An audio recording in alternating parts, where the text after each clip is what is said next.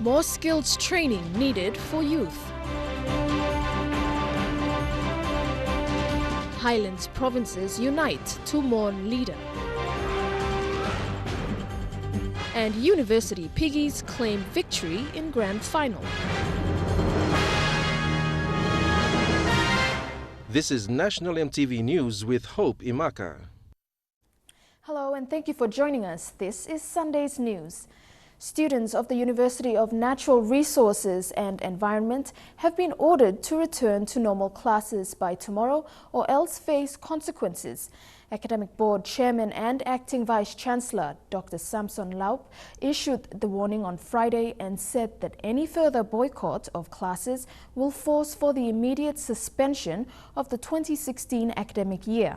Students have refused to attend classes following a petition presented to the Higher Education Minister Malakai Taba to remove the current University Council and senior executive management on allegations of corruption.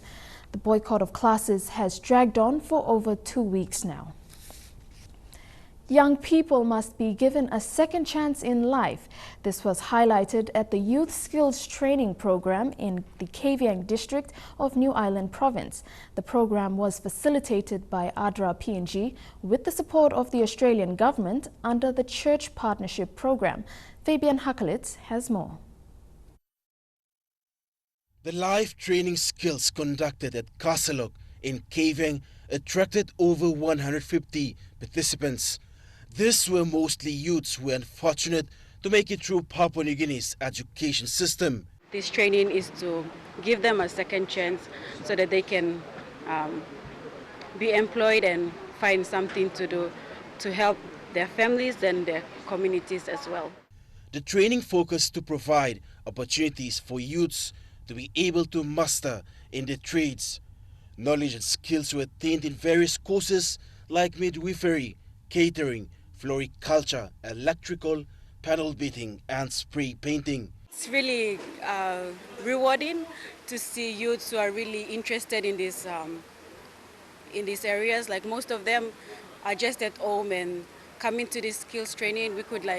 I could see how they were really interested in the skills that were. According to Pastor Jacob Nanak, the SDU Director, New Britain, New Ireland, with a high number of participants, this again questions the government's integrity and the type of education system that seem not fitting. It's like kind time now you missed up. So government please, look sawe lol, pikinini now, people blame you only stop nothing. Larry Mol must got some kind good plus skills, lo attend him this like in school, lo make him living long. On Thursday this week, these participants graduated with flying colors as masters in their own trades. Fabian Hakelitz, National EMTV News. People representing the Jiwaka province have joined mourners in Hela, paying their last respects to their late governor, Anderson Agiru. Mourners from Southern Highlands province were the second who have arrived in Tari. Jiwaka Governor Dr. William Tongap told EMTV if it was not for Hela, Jiwaka would not be a province. Sister province Jiwaka came in numbers on Friday to join the people of Hela in mourning the death of late Hela Governor Anderson Agiru. Governor Dr. William Tongap led the group with trucks of garden food, 50 pigs, 2 cows, plus cash worth 100,000 kina were presented to the people of Hela. Just to show our appreciation and how much we value the people and the leadership of Hela province. Governor Tongap told EMTV the people of Jiwaka are still in shock of the passing of late Agiru, who was instrumental in the creation of the two provinces. A person who was part and parcel of that discussions for the two provinces to become reality. It was really sad. The gesture shown by Jiwaka province was welcomed by the people of Hela. Tongap said despite the loss of the late Hela governor, generations down the line will always be told the history of Hela and Jiwaka. We'll make sure that every young generation knows the history well. Hela and Jiwaka twin brothers forever. Since the casket of the late Hela governor arrived in Tari last Thursday, people all over the Highlands region have been turning up in numbers for mourning. Meanwhile, preparations are underway in Ariago village in Dowley to receive the body of the late governor tomorrow. Jack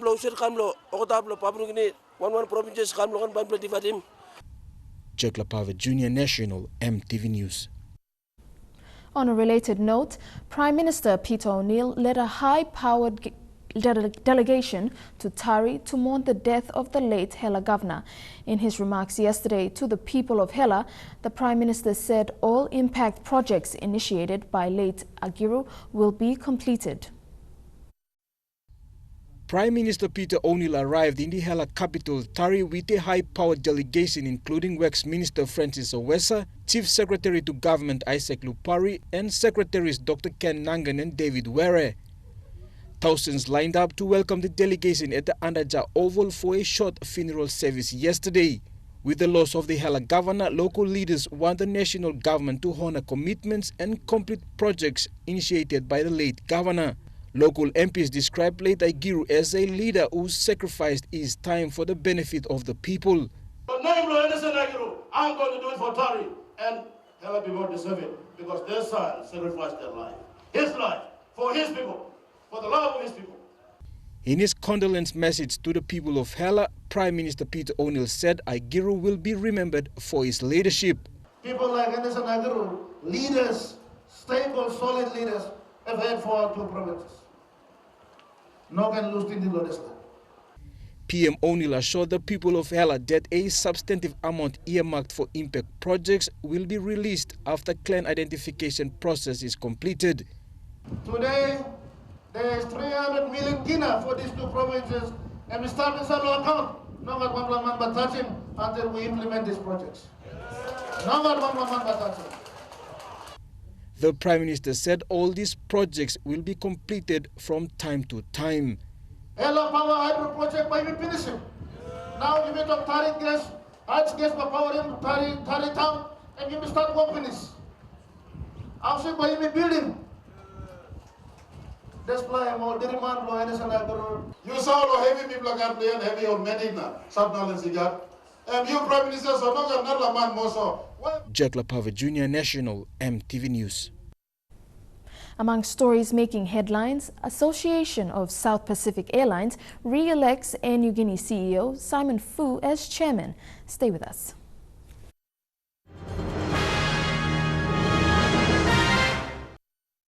Welcome back. University students need to respect the Prime Minister's position and allow the due processes to take its course. This was from a social justice activist, John Endemongo Kua, who believes it's a legal matter before the court that should not compromise the students' education. Members of the social justice activist have broken the silence on the recent ongoing boycott of classes by university students. Now, if you look at the student protest in the various institutions, it would seem to us like they're suffering from a very serious loss of memory. 5 years ago, the Prime Minister put his foot down and he told them, this country's going to have free education. This is why they're there. It saved their parents. Not all parents can afford it. They believe students should be more focused on their education and not political issues that are before the court. The subsidized education policy has continued from 2012, 13, 14, 15, 16, and there's guarantee that that is now set in motion, that the future generation will continue to benefit from the subsidized education policy, which is good because it increases literacy. Students and people's children who couldn't get into school, the intake of schools is now increased in a large way.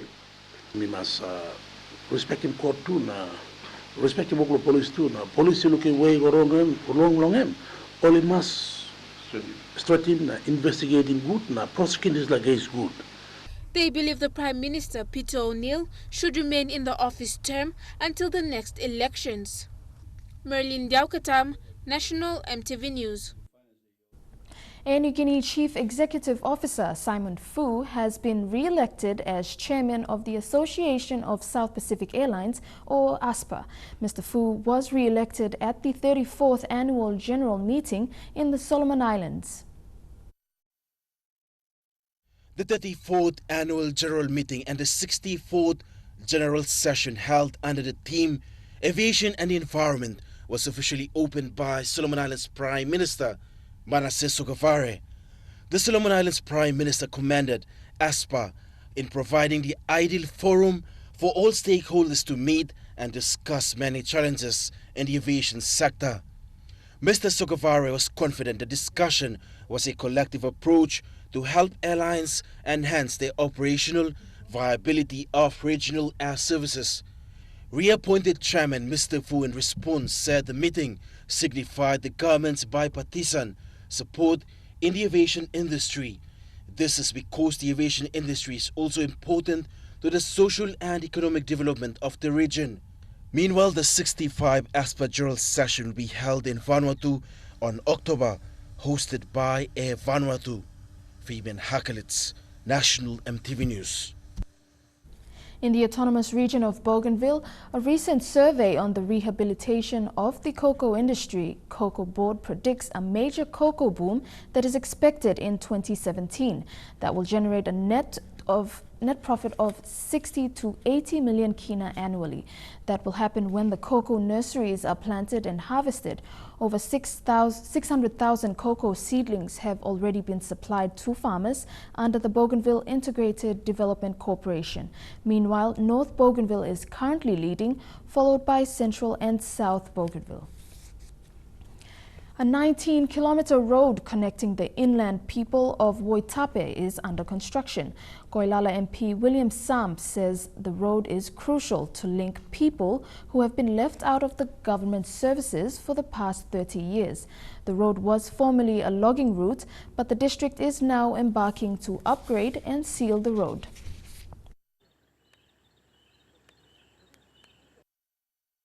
I can't sit here.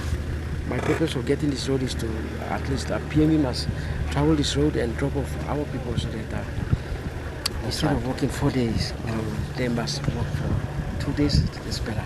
Financing improve, we get more funding. If people are able to assist, we can keep going or improve the road.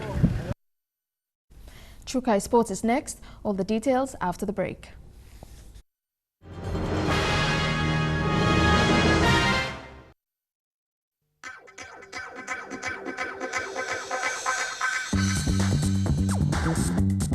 Chukai Sports.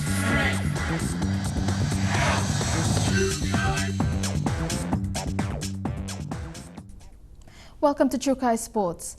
Rugby league in Gulf Province is slowly developing. After being revived in 2013, it has grown from strength to strength in the past 4 years with the support of local businesses and the provincial government.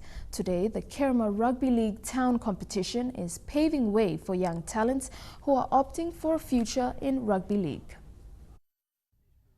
Rugby league in Gulf Province was thought to be a thing of the past after the game came to a sudden stop almost 10 years ago. But for Kerema Rugby League President Emmanuel Morehari, he believed the game was the way forward for youths, which prompted him and a few individuals to revive the code. After 10 years, the league died after 10 years, and in 2013 we revived the league, and this year is our 3rd year in rugby league. In Gulf Province.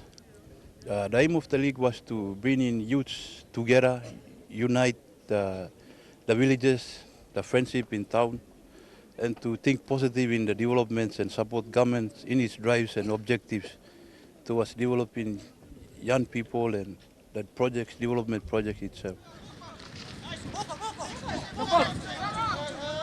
Today the town competition hosts 8 teams within Kerema town.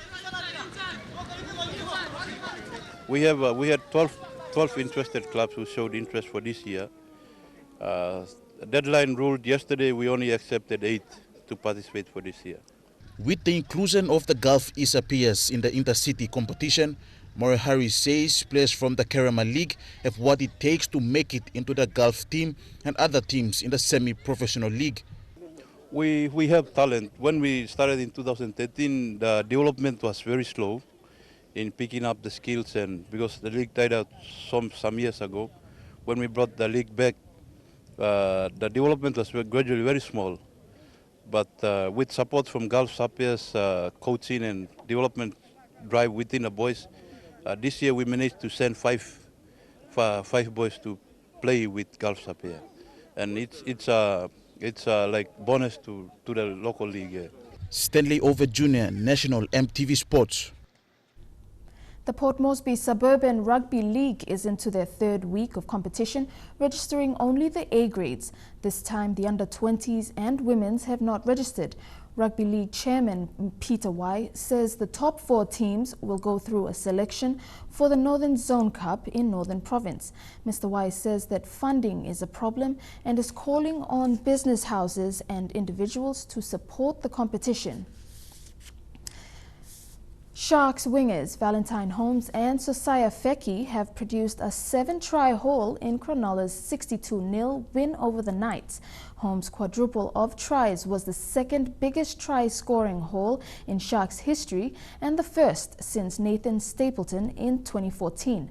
Knights had no answers for the Sharks, who ran 11 tries past Newcastle's fleeting defence to produce their 7th straight win. In other matches, Rabbitohs edged Parramatta Eels 22-20, Panthers downed the Warriors 30-18, Storms tipped the Cowboys 15-14. The mighty Broncos thrashed Sea Eagles 30 points to 6. Bulldogs defeated Tigers 36-4. In rugby union, the grand final between the Camilla University Piggies and Defence Rugby Union was a fair contest for both teams throughout the entire 80 minutes, with half-time score drawing at 0-0. Piggies had numerous opportunities to register points, but the windy conditions stalled their back row from putting 6 points between the posts. That's Trukai Sports. Weather details next. Trukai Sports.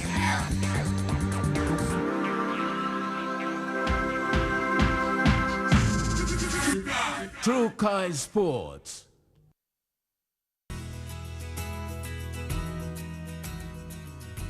Your weather forecast for tonight and tomorrow.